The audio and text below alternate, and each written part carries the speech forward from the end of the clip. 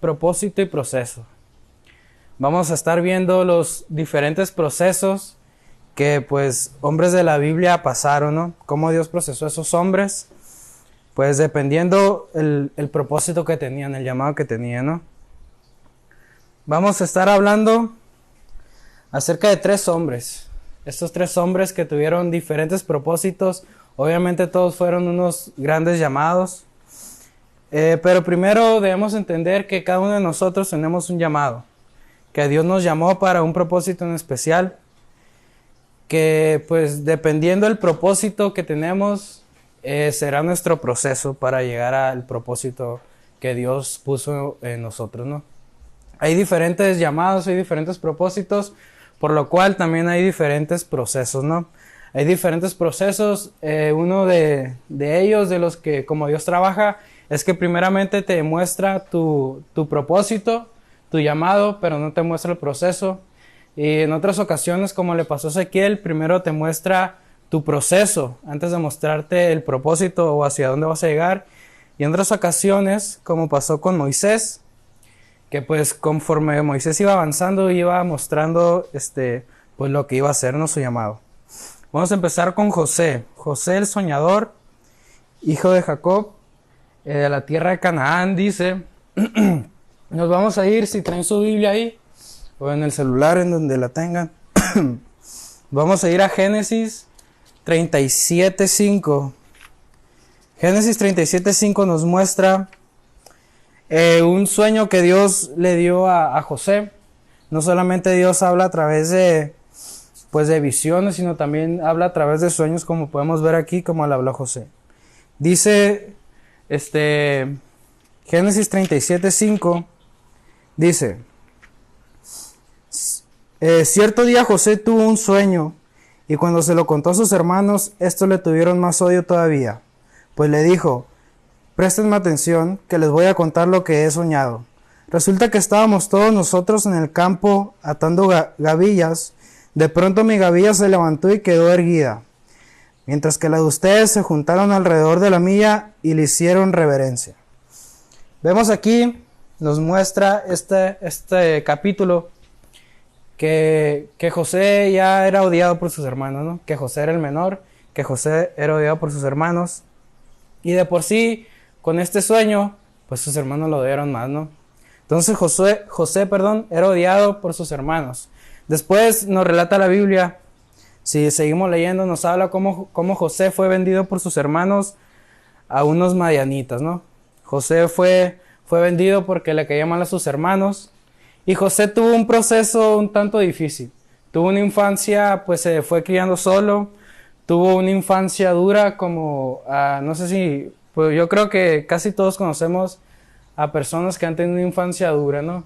Un ejemplo así que casi todos conocemos, la infancia que nuestro pastor nos ha contado, que pues fue abandonada por su padre y tuvo una infancia un tanto dura, ¿no? Entonces las personas que tienen una infancia dura tienen un carácter, ¿no? Dios forma el carácter a través de diferentes maneras, pero casi siempre lo podemos notar cuando una persona tiene una infancia dura. Después dice pues que Dios llamó a José, ¿no? Por medio de un sueño, y que José fue un adolescente con una infancia dura. Pero vamos a ver un poco de por qué José tuvo que pasar ese proceso. José estuvo solo y formó su carácter. Después fue vendido y fue llevado a Egipto. Después de ser llevado a Egipto, fue revendido a Potifar, fue revendido al faraón. Entonces José, dice que el Espíritu de Dios estaba con José. Entonces José era un esclavo en la casa de Potifar, en la casa de faraón en Egipto. Entonces pues José no sabía el idioma. Después pues José fue aprendiendo el idioma egipcio, y después nos relata la Biblia que le cayó bien a Potifar, fue agradable a la vista de Potifar, porque todo lo que estaba en las manos de José era prosperado. Entonces el proceso de José, fue la formación de su carácter. Luego tuvo que aprender el idioma para así convertirse en el primer ministro. Nos relata ahí Génesis 41:40. Vamos a leer un poco. Dice, Génesis 41:40. Quedarás a cargo de mi palacio y todo mi pueblo cumplirá tus órdenes. Solo yo tendré más autoridad que tú porque yo soy el rey. Así que el faraón le informó a José, mira, yo te pongo a cargo de todo el territorio de Egipto. De inmediato, el faraón se quitó el anillo oficial y se lo puso a José. Hizo que lo vistieran con ropas de lino fino y que le pusieran un collar de oro en su cuello. Entonces vemos que José no era querido por sus hermanos. Después fue vendido por ellos y después de pasar ese duro proceso fue el ministro de Egipto, pues. Fue él la mano derecha del rey. Pero pasó todo ese proceso para aprender diferentes cosas, para formar su carácter, aprendió el idioma para así poder ser el primer ministro de Egipto, ¿no? Entonces muchas veces nosotros nos preguntamos o le reclamamos a Dios que dependiendo de nuestro proceso, que a veces se nos hace muy duro. Entonces, el proceso es algo necesario para poder llegar a donde Dios quiere que lleguemos. Muchas veces nosotros oramos para que Dios pues no nos esté pasando por esa etapa en nuestra vida. Pero en vez de orar para que Dios no nos pase por ahí, debemos orar para que Dios nos fortalezca, ¿no? Porque la voluntad de Dios es procesarnos, pues. La voluntad de Dios es llevarnos a un lugar más allá de lo que nosotros podemos ver, de lo que nosotros tenemos nuestra vista, ¿no? Porque nuestra vista es muy corta y la vista de Dios pues trasciende más allá de lo que nosotros podemos ver. Entonces la voluntad de Dios siempre va a ser querer procesarnos para sacar algo mejor de lo que nosotros podemos llegar a pensar. Cada proceso en tu vida ha sido necesario. Si José no hubiera querido ser procesado, si José se hubiera negado, entonces pues José no hubiera sido el primer ministro de Egipto, simplemente así. Después vamos a ir con el apóstol Pablo. En Hechos capítulo 9, 3-6, no se los voy a leer para que no sea muy largo, sino que se los voy a resumir un poco, ¿no? Resulta que Pablo era un perseguidor de los cristianos. Pablo pues no creía en Jesús y Pablo perseguía a los cristianos, ¿no? Entonces Pablo pidió cartas a las autoridades para poder ir a perseguir a los cristianos, poder ir a encarcelarlos. Entonces la autoridad le fue dada a Pablo. Entonces Pablo saliendo en sus caballos, llegando cerca de Damasco, dice que fue derribado por una luz pues que lo iluminó pues en toda la cara, ¿no? Fue derribado por una luz desde su caballo y tuvo un encuentro con Jesús. Tuvo un encuentro con Jesús y Pablo desde ahí tirado en el piso le dice, Señor, pues ¿quién eres tú, no? Y luego Jesús le dice, yo soy Jesús a quien tú persigues. Recordemos que Pablo estaba persiguiendo a este grupo de cristianos porque no creían en Jesús. Entonces Pablo tiene un encuentro con Jesús. Pablo, al no creer en Jesús, tuvo un encuentro con la autoridad de Jesús. Entonces esto provocó un cambio de adentro hacia afuera.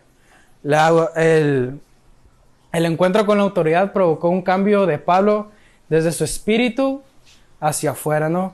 Vemos que muchas veces tenemos un concepto erróneo de que Jesús primero empieza cambiándote desde afuera hacia adentro, pero cuando tienes un encuentro realmente con Jesús, el cambio empieza desde adentro, desde el corazón, desde el alma, desde tu espíritu, y se va mostrando hacia las dimensiones hacia afuera, ¿no? Cómo hablas tú, cómo hablas de Jesús, cómo le quieres mostrar a la gente que has tenido un cambio verdaderamente.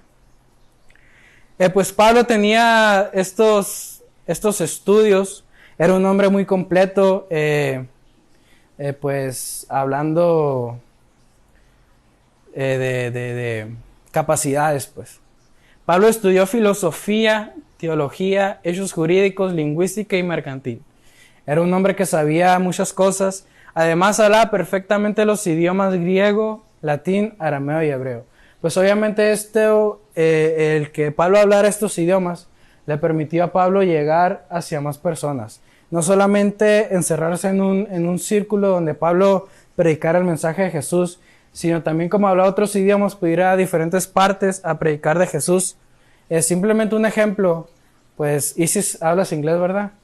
Isis habla inglés y yo solamente hablo español. Entonces yo solamente le puedo predicar a las personas pues de mi mismo idioma, mientras que Isis podría predicarle a las personas que hablan español y también a las que hablan inglés, ¿no? Entonces esto me refiero cuando digo que Pablo abrió un camino para llevar más allá el mensaje de Jesucristo. Pudo predicarle a más personas, ya que era un hombre muy estudiado que hablaba pues estos idiomas. Entonces Pablo tuvo un encuentro con Jesús y debido al encuentro que tuvo con Jesús fue su cambio, ¿no? Después vamos a hablar del rey David. El rey David tiene una historia muy larga que yo creo que muchos la hemos conocido. Muchas personas nos han platicado del rey David, el mismo de cuando te cantan las mañanitas, es el mismo rey David. Bueno, vamos a hablar un poco de David. David, pues al igual que José, era el menor. No era querido por sus hermanos y fue pastor de ovejas. Nos relata 1 Samuel, capítulo 17, 34 al 7. Dice: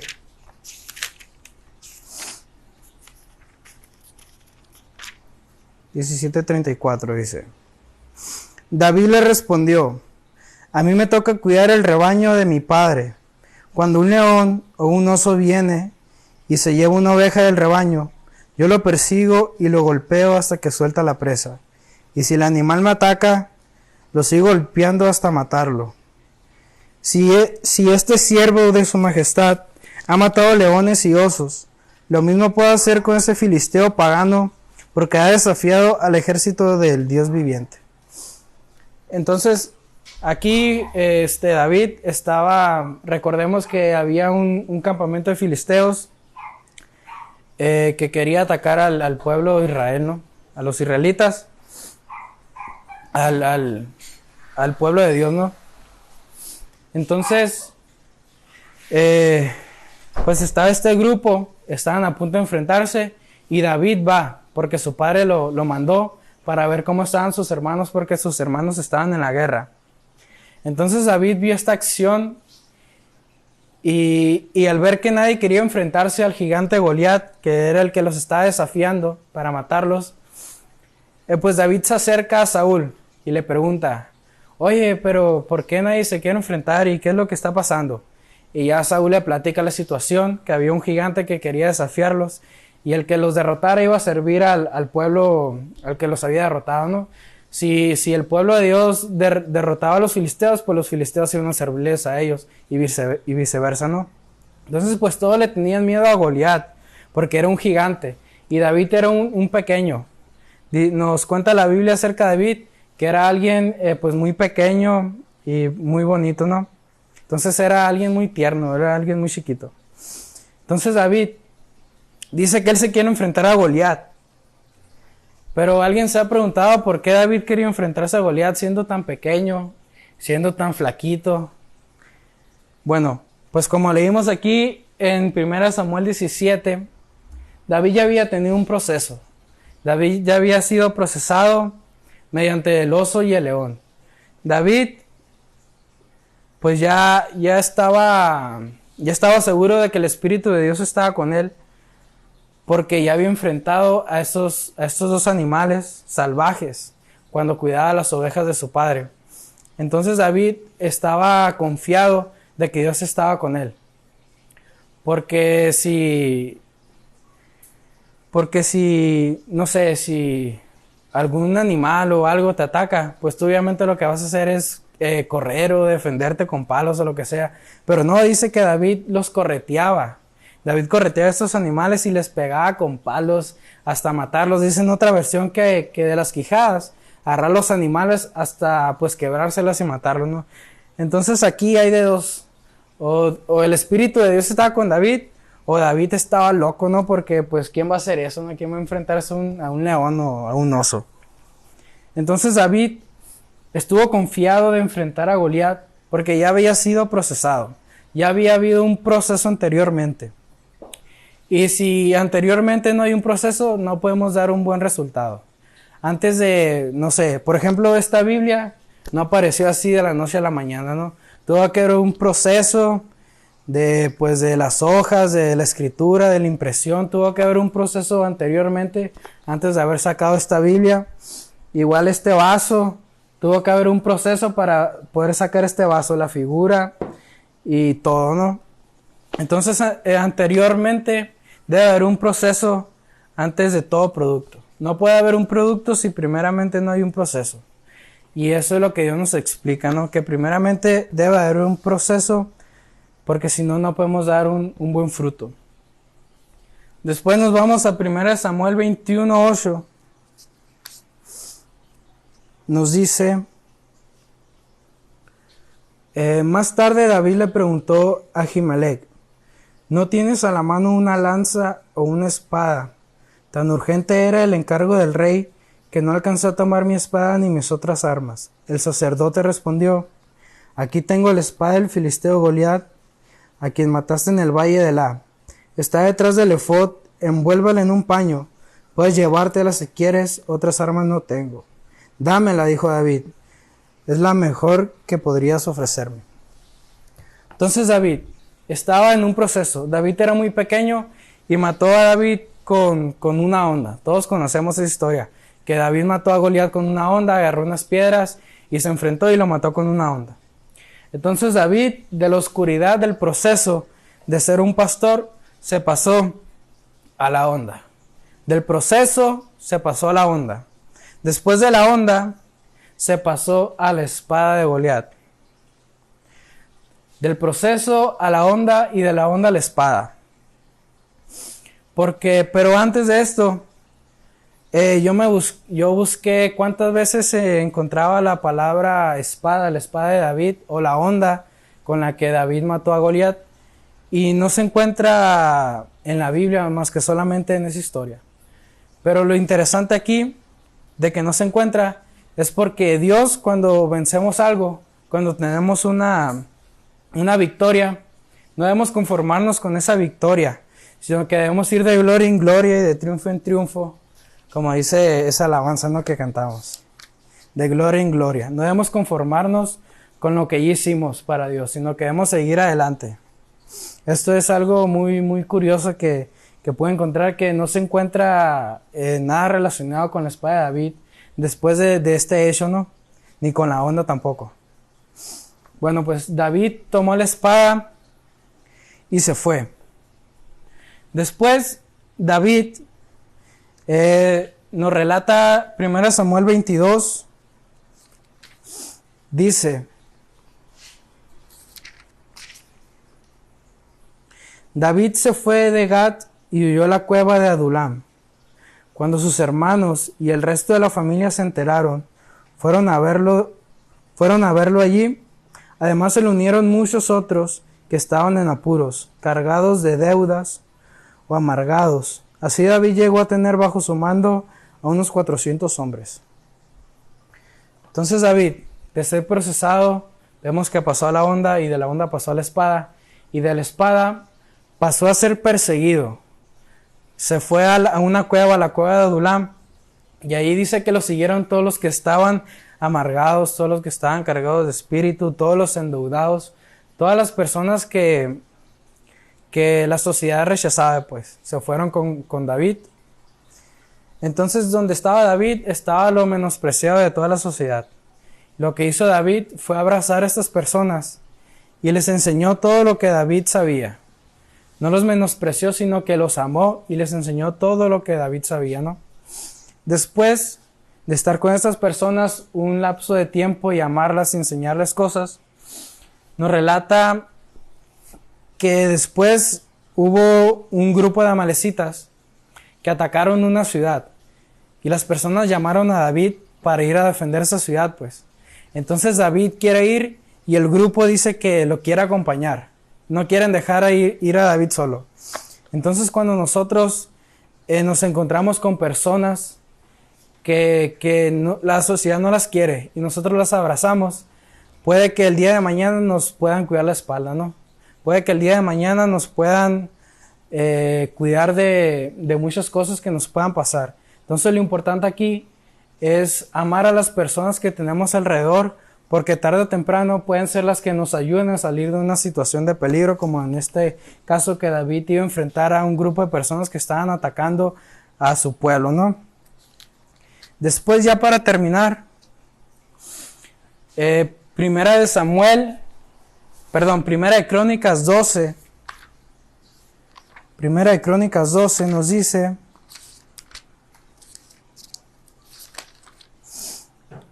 Primera de Crónicas 12, 20 al 22. Dice: Estos fueron los guerreros que se unieron a David en Siclag, cuando éste se encontraba desterrado por causa de Saúl, hijo de Quis. Ellos lo ayudaron en tiempos de guerra, era lo que les platicaba. Eran arqueros que podían lanzar piedras y disparar flechas con ambas manos. De los benjaminitas, parientes de Saúl, el jefe Ahiezer y Joás, que eran hijos de Semá. Bueno, aquí hay una lista de nombres, ¿no? Pero dice que David formó un ejército. Y que después de David formar el grupo, se fue al ejército y cada día llegaban refuerzos al ejército de David. Entonces, lo curioso aquí es que David, de ser procesado por Dios, de ser menospreciado por su familia, por sus hermanos, fue avanzando, no se quedó estancado. Fue avanzando, de ahí se pasó a la onda, que fue como mató a David. Después se pasó a la espada. Después se pasó al grupo. Y del grupo se pasó al ejército. Entonces nosotros podemos ser un gran ejército. No solamente un grupo, sino un ejército. Pero para eso debemos llevar un proceso primero. Debemos llevar un proceso y no estancarnos. No amargarnos en el proceso. Porque hubo una persona llamada Noemí que se amargó durante el proceso que tuvo. Entonces esta persona, al amargarse en el proceso, pues dejó la casa del pan, dejó Belén. Y vemos que el pan es prototipo de la palabra de Dios. Entonces cuando nosotros dejamos la palabra de Dios, hay cosas que empiezan a morirse. A esta persona se le murió su esposo. Cuando se salió de esa ciudad, se le murió su esposo. Y el esposo representa la intimidad, ¿no? O sea, la intimidad con Dios, vamos a plantearlo así. Y también se le murieron sus hijos, que los hijos representan el fruto. Cuando nosotros nos amargamos en el proceso, cuando Dios nos pasa por diferentes pruebas y nosotros nos amargamos, ya no queremos seguir a Dios porque ya no aguantamos más. Puede haber cosas que se nos mueran, obviamente, adentro, ¿no? Dentro del alma, dentro del espíritu, como los frutos que llevábamos cuando estábamos con Dios. Entonces la reflexión de esto es no estancarnos ni amargarnos durante el proceso, sino de seguir adelante, como David, que no se quedó solamente siendo un pastor de ovejas, y no se quedó solamente con la victoria de Goliat, y no se quedó solamente en la victoria, sino que pasó a la espada, donde cumplió una orden del rey Saúl. Después se pasó a un grupo de personas que lo acompañaron en sus batallas, y después de ese grupo de personas se pasó un gran ejército. Y vemos que Dios confirmó su reino, y del reino de David salió el linaje real, que era Jesús. Entonces David fue un pequeño varón, fue un pastor de ovejas. Entonces David no creo que se hubiera imaginado ser como la cabeza, ¿no? La cabeza del linaje de Jesús. Entonces nosotros no debemos amargarnos cuando Dios nos esté pasando por algún proceso, por alguna circunstancia que a nosotros nos duela, sino que debemos estar firmes y confiar en que pues Dios nos va a sacar de estas cosas que Él mismo nos pone, ¿no? Porque muchas veces decimos que Él es el diablo, pero el mismo proceso viene de Dios, pues. No viene de otra persona, sino más que de Dios, porque quiere sacar lo mejor de nosotros.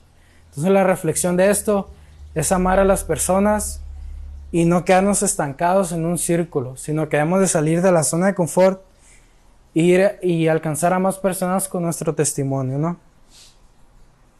Esta prédica ha sido llamada propósitos y procesos, porque cada propósito, cada llamado tiene un proceso distinto, ¿no? No, nada es igual, sino que hay diferentes procesos, hay diferentes llamados que Dios nos ha dado, y cada quien es especial, ¿no? Cada quien tiene un proceso diferente debido a su comportamiento, a su carácter, a su persona. No todos somos iguales en carácter, pues, sino que tenemos diferentes costumbres y Dios trata a cada quien conforme a su carácter y a su pasado y a su persona, ¿no?